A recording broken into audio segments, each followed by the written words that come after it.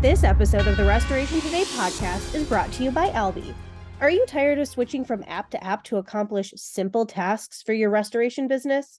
With Albi's all-in-one software, you can stay ahead of the game by unlocking a comprehensive platform that sets you up for success, helping you keep track of current and future jobs and becoming a unified front with your field and in-office teams. It's time to join the future, ditch the multiple apps, and go for a streamlined software catered to your unique business needs. Book a demo today at albiware.com. This holiday season, Albi is doing a special promotional gift for your first month free. Upon activation, receive a $1,000 gift card. Again, that's albiware.com. This episode is also brought to you by SteraMist. Whether it's a residential or commercial space, SteraMist is your go-to solution for a mold-free, toxin-free environment. Don't let mold and mycotoxins compromise your health. Take control with SteraMist's IHP disinfection technology. Visit steramist.com today to learn more and integrate SteraMist into your remediation protocols. That's steramist.com, innovating for a safer world. Hey, restorers, thanks for checking out a fresh episode of the Restoration Today podcast. Today, I'm very excited to have somebody new who I've never talked to before. It is an author, and he didn't write a leadership and self-help book, which is also kind of exciting to me. No offense to all of you who have written the amazing leadership books. I have read a lot of them, and they are really good, but anybody who knows me knows that I am a fiction girl through and through. So I am really excited to be joined by Ryan Reese today. He is the author of A Larger Loss. I bought it and read it before the podcast. It's a thriller, and it's based on the restoration industry, which is amazing to me. And it's clear that Ryan knows about the restoration industry, because when you're reading it, there's some terms and things that you're going to recognize, and you're going to feel like, oh yeah, these people maybe actually know how to do their job. And then there's some twists and turns, and it's good stuff. So Ryan, thank you very much for being here. I'm going to toss it over to you to have you introduce yourself and share a little bit about your background. Is this your first book, would be maybe my first question out of there. Sure. Well, first of all, thank you for having me on. It's really cool to, finally get this all together, and thank you again for reading it. That means a lot to me too. I started with a group of ServPro franchises as their digital marketing managers, so that's how I know the ins and outs and some of the jargon and all that. And so just by working there, I've gotten to see all sorts of different restoration jobs and meet so many different interesting people that, it was just a stock of material. And so I come from a more creative background. And so this is my first book. I've tried writing things in the past, but it just never went anywhere. And that was the beauty of this story was that, it was close to where I was working, and it was, they say write what you know, right? And so Yeah. it was definitely, happening every day, to where I was like, there would be a little nugget of a conversation or a job would come through, and I would just, every day I would collect something. And I was like, okay, one day, if somebody put this all together into a story, it would be great. And I was like, if somebody else does this and I don't, I'm going to be so mad. And so that's what really kind of kicked me off to start writing. How long did it take you to write the book? In total, a little over 2 years. That's because this is, it's long. 38, let's see, almost 300 pages. Mm-hmm. Are you a numbers person? I would have been like, I have to write 4 more pages. Yeah, Depends on how it was over that, I think, in the manuscript. I'm sure it was. The first draft was over 100,000 words, and so in the beginning, it was like a phone book. But yeah, then it got edited and cut down. That is crazy. Mm-hmm. Okay, so is anybody in? Okay, share the basic plot. Let's start there, so that I don't start asking questions and people are like, I don't even know what you're talking about. So share kind of the synopsis of it. Yeah, so A Larger Loss is about employees at a restoration company who, after doing a bioremediation job, they get involved in a conspiracy with a competitor, and a new hire comes in and learns the industry, and then eventually solves this whole mystery. Yes. Okay. Perfect. That was a great synopsis. You're used to doing this, clearly, because I wouldn't have been able to summarize it that fast. There's a lot of ins and outs to it. So, okay. So what was your inspiration for the characters? Are some of the characters based off of some of the ServPro people that you know? Yes, it's there's no one particular person that is exactly that person, but exactly like so with the main character hero company, restoration company in the story, I was like, okay, well, it has to have an owner, it has to have this person, like any other restoration company. And so, I mean, I would be lying if I didn't say that the people around me who were literally in those, they were what I knew since I worked there. Yeah, So there's definitely a lot of pieces of them because it takes a certain kind of person, I think, to work in restoration. it And does. I think they're all unique, but they all do have similar characteristics. And so um, I just took a lot of the things that I would hear them say or maybe do, or like I said, I thought about some jobs we've done like years ago to some we did while I was writing like that week, and it might have been two completely different people at the time. Like we had two project managers, one left, then this, so but they were like combined together. Um, but yeah, a few people and then also there's people in my personal life as well. Like Lauren Avery, the main character, was based off of a good friend of mine who has that. She kind of had that same exact issue of, she went to school, she went to college, and when she got out, she was hungry and ambitious, and for some reason, she just could not find her dream job. And she would tell me about this, and it just always stuck with me. Like that's a good motivation because a lot of people, I don't think anybody wakes up and goes, you know what, today I'm going to go work in restoration.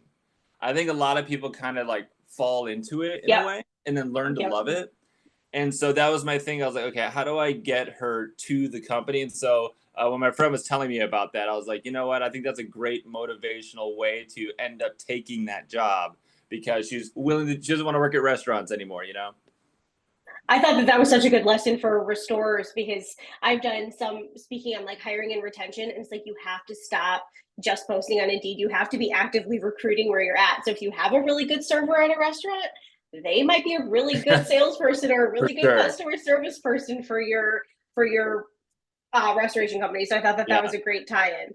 I was curious about so there's a chapter where they go to the RAA event, and there's Yeah. some kind of like back and forth between them and their competitor restoration company, and there's some feelings there. Was any of that based on real life, or was that mostly fictionalized? Well, I would say it's mostly fictionalized, but Mostly. what's funny is I've actually never been to an RIA show. Okay. I know of it, working in the industry, specifically Yeah. working in marketing, but Serpro has a convention every year, an annual Yep. convention in different parts, and they rent a huge hotel or convention Yep. center, and so I've been to those. Also, just a bunch of trade shows I've been to throughout my career, and when you go to those things, I'm sure you know that it's its own community and kind of little ecosystem there, and like that's all It is. anybody talks about, and they just take over the hotel or whatever. And so every time I would go to one of those, I would always take notes. And again, things I overheard at the bar, things I overheard in a meeting room, or when somebody was doing a presentation. And then, of course, you got to add all the drama to that. And so I was always just like, how can I make this even more extreme? And so it was kind of just based off of all of that. It is, yeah. Restoration is such like a tight knit circle, especially when you're in a franchise group like Serve Pros. All the Serve Pros know each Yeah, other, and exactly. RIA is the same way. You go to an RIA show, and most of the member companies know themselves and know each other and all that. So, what was the? I have a lot of questions. Okay, so what was the overall like feedback from the Serve Pros you were working for? Did they know that you were working toward this? Were they That's so helping funny. with this? Everybody always asks that. And well, what's funny is like, so since it was my first book, I didn't really think about it. So I never really told anybody when I was doing it, and it was just something I did, when I got home. And I really didn't think I had anything until I actually finished the first draft. And I was like, oh, I guess I got to do something with this. Or I was like, I did this and I might as well try. And I think they would think it's cool. And so I eventually did tell them, like, hey, I wrote a book about restoration. And they go, why?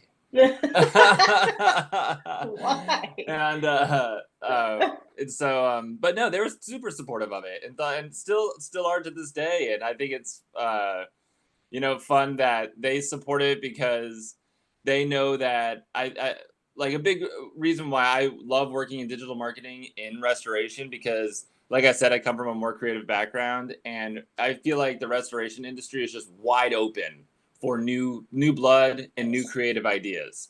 And Yep. so, you have legal thrillers and you have these kind of thrillers and whatever. And I was like, man, I think restoration has all the makings of that. There's interesting characters, interesting locations, interesting jobs. Um, and you can always start it with some sort of problem, because that's what we do. We solve problems and fix properties and stuff. And so that's when the light bulb went off. And like I said, I was like, man, if somebody else eventually does this, which probably will happen, I will kick myself. So I might as well give it a go. But no, Yeah. everyone was super. The response was great. So how was it weaving the actual story together? I mean, I could see myself. I remember going through writing classes, and especially when you'd have to write a mystery, it took a lot of doubling back to make sure that you're not like going against something you wrote before, or people are going to Yep. catch you in a, well, that doesn't make sense because I read that before. So what was it like to actually get the narrative and the path right so that it made sense? Right. Well, it's funny, and I like to say it's kind of like a process of discovery, because the first draft was a linear, full year in the life of this restoration company. So like each Okay. chapter was a month, and then that's why it was 100,000 words. And I remember like reading it afterward, and I'm like, okay, there's material here, but there really isn't a story. I had characters and places and names, but nothing else. I was like, where's the actual snake Yeah. run? And so that's when I was reading a bunch of commercial paperbacks, and I was like, okay, make this like go heavily more into the thriller direction, because the first draft had some thriller elements, but that wasn't the main heart of the story. And Mm-hmm. so that's when I rewrote it with that in mind. And to answer your question about how do you put the pieces together, I was lucky, I think, by not writing it as a thriller first, because I had that phone book of material that I could just, okay, I know these like 3 chapters are gonna go, Yeah. but I love that one character that I mentioned in this, and so I took a little bit from that, and by having that year, I was able to kind of like timeline it a lot better, and also I knew like, oh, we have this scene towards the end. What if it was a flat? We start with this and put it all the way at the front. That's what hooks the audience, and then they find out how that all happened. So that's what I mean by I feel lucky that I wouldn't have thought of that if I sat down the first day and was like, this is what we're gonna do. So yeah, I had to wait a year just to get to that point, but that's the process. But then you had the foundation, like you said, that makes a lot of sense because then you had your characters developed in the restoration company, so then you were able to Right. weave the story throughout it. Did Exactly. you? Yeah, I had it like almost imagine if you could have it all on a wall, and then it was just how do I tie them all together? But it was definitely challenging, because there's times where I would like rewrite a scene, and then I would be working on it, and like 5 chapters later, and I'm like, oh, I already had this scene, I forgot. And Yeah. I would switch it or delete it or something like that. I'm like, oh, that's a good idea. And I'm like, I already wrote this idea. And because maybe I wrote, the previous thing like 5 months before that, and I would forget or something like that. So it was tricky, but and a heavy editing process too made sure that we got it right. So that was my next question. Do you have an editor slash publisher that you're working with who went through this process with you? Yeah, so I submitted the book about a little over 40 times, and it got rejected. And nobody knew what I was talking about when I was saying restoration. They thought I was Yeah. talking about like old cars and Yeah. stuff like that. And Yep. so uh, finally, I rechanged my pitch, and included like the most exciting like chapters to show them and all this. And so there's a publisher that contacted me from San Francisco. They're AEB publishers, and they said, "Hey, we like it." They liked it honestly more for the thriller elements than the other parts, but they thought it was cool and interesting. And not only that, they saw that I had a background in marketing. So they were like, "We don't work with a lot of authors you're like the full package. You're gonna make this a lot easier on us." Um, Yes. yeah, and so it was cool. They were super supportive from the beginning, and they were like, "Yeah, you can promote this on your own all you want. Go for it." And so but yeah, there was an editor that I hired at first. First, I edited it, I wasn't satisfied. I hired a freelancer, and then after that, that was the manuscript that I was sending out. Then when it was about to get published, they had another editor take a look at it, and so it had a few rounds. That okay. What did it feel like going through 40 rejections or 39 to the 40th or you were Yeah. close. What was that like and how fast was the turnaround on those? I mean, were you sending out like 10 at a time Oh, hoping somebody was getting them or was it like send one, reject, two, reject, yeah. three? So it was tough because it became more work. I Yeah. thought the work was done, and I was completely wrong. So like I was just going down this list of publishers and then also agents because it was more likely to get an agent than an agent takes that your manuscript to a publisher. Yep. So it's kind of doing. I'll do one of each at night. The thing is that they just have each one's different and they have different requirements. So like I was saying, like some people are like just send the first 500 words, send us 10 chapters. Some people are just send us 3 chapters of your choice. And so each time I'd be like going through the Word document of like, so just to write Yeah. one email, it would take like an hour. And then submitting it usually took 6 to 8 weeks for them to get back to me. And so I'm used to this because I've made films in the past that I've submitted to film Okay. festivals and all that, and they take months to get back to you. But that was my thing. If I just kept submitting, over time, like, oh, I got rejected. Okay, those are ones I sent out 2 months ago, and I'm working on some new ones. So it was it was tough just because it's hard to look at the manuscript on your desk and just go like, man, it's done. Like it's I hired a guy to edit it, and I hate that no one's reading it. And but no, it was yeah, a no is free, and rejection is I didn't expect anything at all, kind of like from the beginning, and so it was just something that I was just doing, so I really didn't even think about it. Not, so what was harder, writing the book or finding somebody to publish it? Well, writing took longer, but I would say writing was a lot more fun. Yeah, that's kind of what I meant through Yeah, the question. Like, I'm sure it was totally worth it in the end because you found one. And other people, I mean, there are famous people, like very famous yeah. authors and playwrights and all that that have gotten rejected hundreds of times over. Sure. And that So, was the big motivation too. It's like this is just how it goes. And like who am yeah, I? First timer, here I come, just like probably I'm probably the 100th email in this person's inbox today saying the same exact thing. And so I really that's why I try not to get hung up on it and but yeah, like I said, a no is free, and if you don't do it, if you don't submit, if you don't try, then you miss 100% of the shots you don't take. great quote. Yes. Steve Eiserman, right? Yes. You miss 100% of the shots you don't take. That's right. Yeah. Yes, yes. Okay. Who is your favorite character in the book? I was curious about that. I've never been asked that. That's the first one. I kind of have a soft spot for Abe, who is Yeah. the hero company owner, Yep. because it wasn't what he originally intended to do. Like I said, people kind of just fall into it. He was originally trying to be a welder, and then it kind of turned into this whole, hey, I Yeah. never wanted to own a company, man. And he's trying his Here I am. best, and he tries to play the part of, big businessman, and when he's really not, and No. tries to play on the golf course and smoke his cigars and all that, and then of course what happens to him later, which I won't spoil, but I don't know. It was kind of more a melancholic thing, even though he's kind of Yeah. tense but upbeat. He kind of has a good attitude, but He has waves. Like, I'm good with this. yeah, I'm not good with this. I'm good with this. I'm exactly. not good with this. Yeah, So, yeah, yeah, yeah. yeah. So, because it's Yes. tough, owning a restoration company is tough, and the people you got to work with, and then of course the catastrophes you got to handle, and keeping everything above water is certainly not easy when it comes to property losses.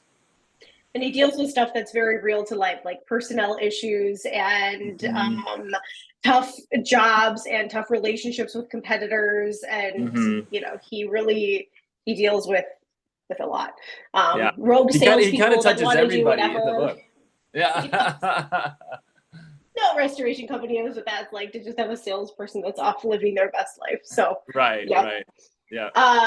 So what's next? So you wrote a book and you got this one published, and now what? Yeah, so I'm actually halfway through the second draft of a new one. So I wrote another one already, and so this one's called Full Gut, and it's about a group of a team of restoration technicians who are called out to a government facility on an island to do a full gut on it to turn it into a recreational park.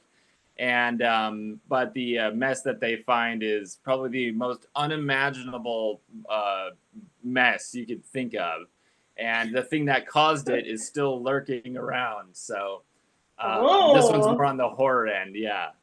that was a great teaser. Okay, well, I can't wait for it to come out then. Yeah, Those yeah, we love doing on our social media pages, the like, would you rather remediate like a spider infested crawl exactly. space or Yep. a 100-degree attic with bat poop in it? Right, Like, right. so I think I'll be able to get some good would you rather's out of that book. Do Yeah. you have a timeline you're hoping for with that book? Do you get to work with the same publishing company, or do you have to start No, all so over? yeah, I'm gonna have to start all over again. Okay. So the deal I got for A Larger Loss was just for that book, and so starting all over. But what's funny is like I've written this one a lot faster. Hmm. So far I've only spent about 2 months on it, and I already have a first draft, and it's already Wow. halfway through the second one. Well, that's the thing. I learned what not to do.